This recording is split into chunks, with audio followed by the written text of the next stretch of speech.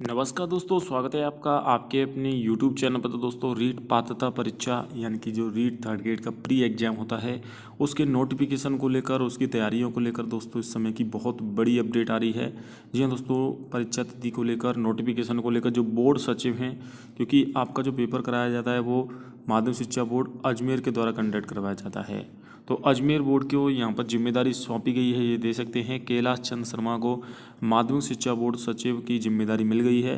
इनके निर्देशन में रीट पात्रता परीक्षा की उम्मीद है अब जल्द ही कोई फैसला हो सकता है। अभी तक जो बोर्ड सचिव का पद था वो खाली था, लेकिन दोस्तों अब बोर्ड सचिव का पद यहाँ पर भरने के बाद जो रीट पात्रता परीक्षा, जिसके बाद थर्ड ग्रेड की मुख्य परीक्षा होती है, या फिर जो छात्र थर्ड ग्रेड के लिए एलिजिबल रहते हैं उनके लिए दोस्तों रीट पात्रता परीक्षा का जो आयोजन है दोस्तों वो कंडक्ट करवाया जाता है।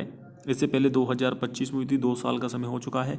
इन 2 साल के अंतर्गत काफ़ी सारे स्टूडेंट ने बीएड किया है, बीएसटीसी किया है, तो वो छात्र उसके लिए एलिजिबल रहेंगे। तो उसके लिए दोस्तों माध्यमिक शिक्षा बोर्ड की तरफ से ये पूरी तैयारियां हैं और परीक्षा तिथि को लेकर भी अपडेट आ रही दोस्तों। नवंबर या दिसंबर तक पेपर हो सकता है, क्योंकि सितंबर तक और अक्टूबर तक आपके लास्ट चुनाव हो जाएंगे, नगर चुनाव और पंचायत चुनाव।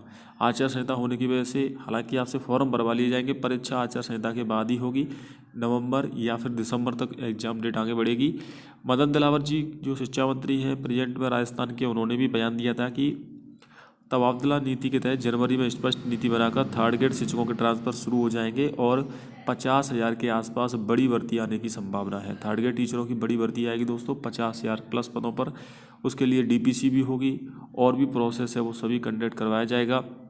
शिक्षा मंत्री मदन दिलावर जी से भी यहाँ पर दोस्तों आचार संहिता से पहले रीट पात्रता परीक्षा का नोटिफिकेशन निकालने के निर्देश दिए थे। हालांकि आचार संहिता के समय भी नोटिफिकेशन आ सकता है, लेकिन उसके लिए विशेष मंजूरी आपसे मांगी जाती है, उसके बाद ही नोटिफिकेशन जारी होगा। रीट पात्रता परीक्षा का पेपर दोस्तों 2 चरणों में होता है, जिसमें कि पेपर फर्स्ट प्लस आपका पेपर सेकंड। डीपीसी सितंबर महीने में हर हाल में पदोन्नति की प्रक्रिया पूरी कर ली जाएगी और पेपर फर्स्ट पेपर सेकंड दोनों ही यहाँ पर दोस्तों बोर्ड की तरफ से कंडक्ट करवाए जाएंगे। और दोनों ही पेपरों में पास होने के लिए 150 नंबर आपको चाहिए होते हैं, 150 में से 90 अंक। बाकी अन्य कैटेगरी में आपको, अनरिजर्व कैटेगरी में आपको छूट भी दी जाती है।